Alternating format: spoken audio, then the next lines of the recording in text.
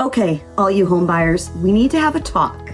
Now, if you're currently actively looking for homes, or if you've recently sold a home, or if you're just watching the market, then you have a pretty good idea of the market we're in right now and how crazy it is. However, if you are just beginning your home search and you don't know what's going on out there, then there's some things that we need to talk about.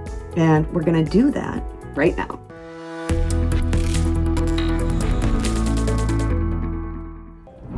What's up, you guys? I'm Annemarie LaTulip with eXp Realty out here in Billerica, Massachusetts, which, as we know, is a small suburb north of Boston. The first thing you need to know, and this applies to any market, not just now, is that you need to have a pre-approval before you can make an offer on a home, but better yet, before you start your search.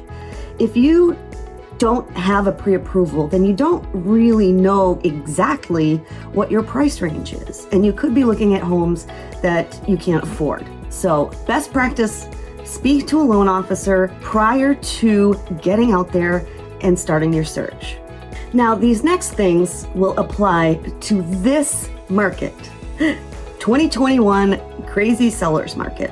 I'm not saying buying a house is impossible.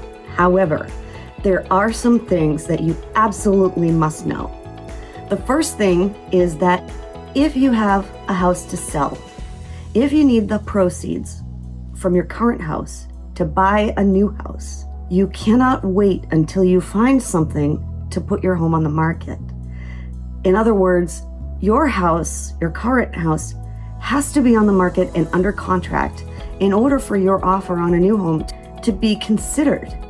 You have to understand that we're in an extreme seller's market right now. So there is tons of competition. On each home, there's an average of 10 offers. So if your offer is contingent on the sale of a house that's not even on the market yet, you can understand how risky that would be to a seller.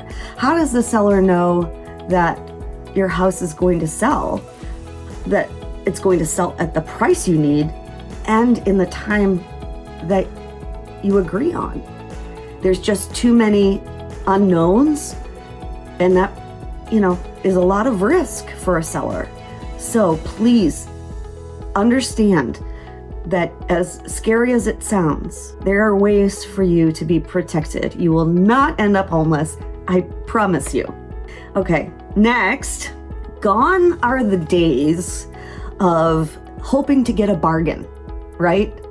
I had buyers come to me the other day on a house that was brand new listed at $450, which is above the price range they were pre-approved for. And they said, oh, but we don't have to ask the full asking price, right? We can negotiate. So the answer is no, you can't.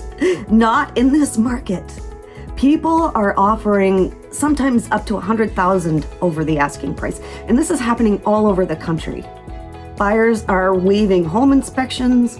They are offering to bridge the appraisal. They are offering rent backs. Your offer needs to stand out among all of the others. So if there's an offer that is, $20,000 under the asking price and all of the other ones are over, then obviously your offer won't even be looked at. So please understand, coming into this market, that we are not in the days of lowballing or hoping to negotiate a lower price than what is the listing price. Just not.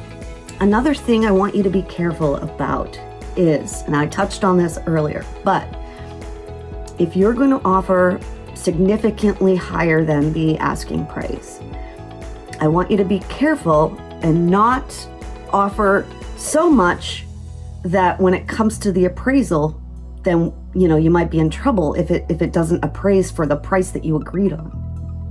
So a lot of sellers will ask for you to offer to bring cash to the table to make up the difference.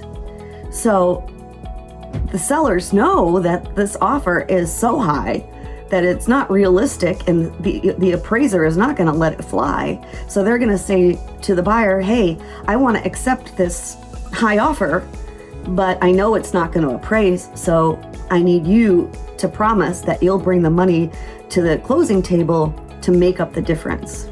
I don't advise it. Buyers do it so that they can get the house. I just want you to be aware that if that happens, you need to make sure that you have the extra cash, because it would have to be brought to the closing table, just like closing costs are.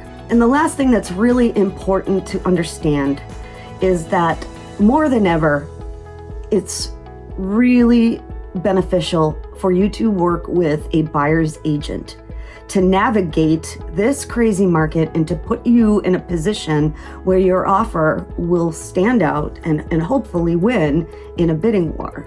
Buyers do not have to pay their agent.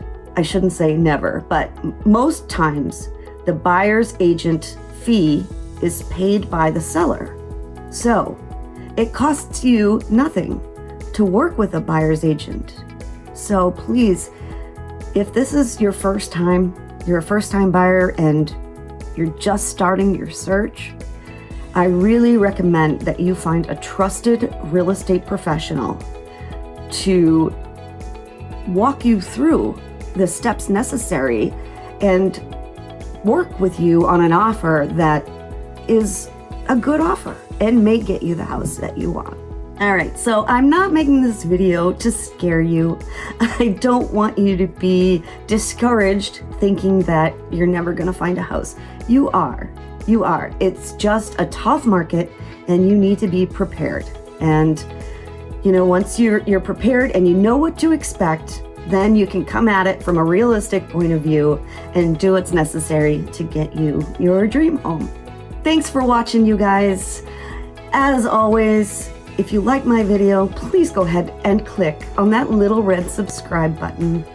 If you would like a copy of my free buyer's guide, certainly click the link below for a free download of my buyer's guide. Thanks for watching, everybody. I'm Annemarie LaTulip with eXp Realty, and I'll see you on my next video.